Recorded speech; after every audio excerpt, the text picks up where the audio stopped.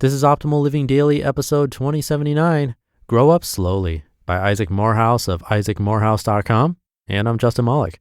Welcome to Optimal Living Daily or Old, the show where I read to you from articles that I think are amazing, with permission from the authors. One article a day, every single day of the year, all to help you live a more meaningful life. And here on this show that covers personal development or self-help, minimalism, inspiration, happiness, motivation, all that fun stuff. So with that, let's get right to it as we optimize your life. Grow Up Slowly by Isaac Morehouse of isaacmorehouse.com. About a year ago, I had lunch with a very successful couple. The husband had made a great deal of money early in life on a business startup in a big city. After running the firm for a time, he sold most of his shares and the family moved to a picturesque rural dwelling. He spends but a few hours a week involved with his business, and the rest of his time is spent pursuing his passion for music and a great many other things. His wife is busy pursuing her passions in art and other cultural affairs. I asked what prompted such a dramatic change at this early phase in life, especially when they could have easily continued with managing the business or started another. They said, in complete agreement, "We moved out here because we wanted our kids to grow up slowly." I told my wife about the conversation, and those words have stuck with us ever since. Hardly a day goes by when I don't think of it. We haven't fully internalized it, but I know it's important for us to hear and consider while raising our own children. It's easy to get stressed when they don't walk right at the average age for walking, or don't read or ride a bike or swim as early as your friends' kids. It's easy to try to cram their heads full of practical and theoretical knowledge and get them up to speed quickly.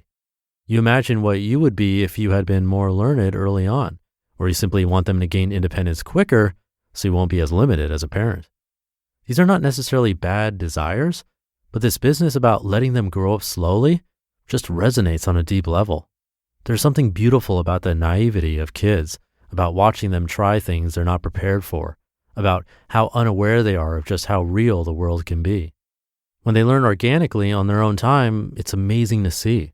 Feeling free to sit back and soak it in as a parent is truly wonderful. Even as I am trying to learn how to let my kids grow up slowly, I'm beginning to understand the benefits of slow growth for myself. While reading the fascinating book, How They Succeeded, I came across some interesting words by Alexander Graham Bell. The author and interviewer asked, "Is not hard study often necessary to success?" Bell replied, quote, "No, decidedly not. You cannot force ideas. Successful ideas are the result of slow growth. Ideas do not reach perfection in a day, no matter how much study is put upon them. It is perseverance in the pursuit of studies that is really wanted." End quote. I'm the first to say that just getting things done is the key to success. Does an action bias contradict Bell's words? I'm not sure that it does. Perhaps in the realm of action, haste is a great virtue, but in the realm of thought, slow growth is preferred. Act fast, think slow. Not the best slogan, but there's something to it. The things we need to get out of the way, certain credentials, experiences, legwork, etc., just need to be hammered through. But the really important stuff, our life philosophy, an entrepreneurial venture, a new paradigm, a book, needs to grow slowly with our experience and knowledge. It needs persistent mental activity, but not forced completion. Since blogging every day, I have found occasions where I have nothing for the next day's post. There are two ways to remedy the problem. The first is to quickly scan the news feeds, inbox, or bookshelf, come up with something, and type it. The second is to search for ideas that have been incubating for a while, often subconsciously. A drive, walk, or talk with a deep-thinking friend can help me discover nascent ideas I didn't even realize were under the surface. Those tend to be better than the posts I think up and crank out on the spot. I've also found that viewing a post as the beginning of my own understanding of the topic, rather than my final word or magnum opus, is intellectually enriching and produces a wealth of new ideas down the road. But more on that later. Bell concludes on the topic, quote, "Man is the result of slow growth. That is why he occupies the position he does in animal life. What does a pup amount to that has gained its growth in a few days or weeks beside a man who only attains it in as many years? A horse is often a grandfather before a boy has attained his full maturity. The most successful men in the end are those whose success is the result of steady accretion.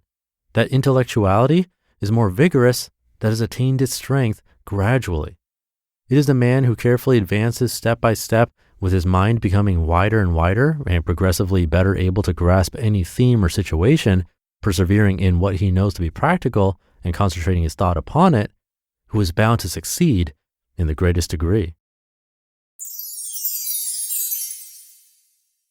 You just listened to the post titled, Grow Up Slowly by Isaac Morehouse of isaacmorehouse.com. Thank you to Isaac, one to ponder this weekend. Hope you're going to have a great day, and I'll see you over the weekend where your optimal life awaits.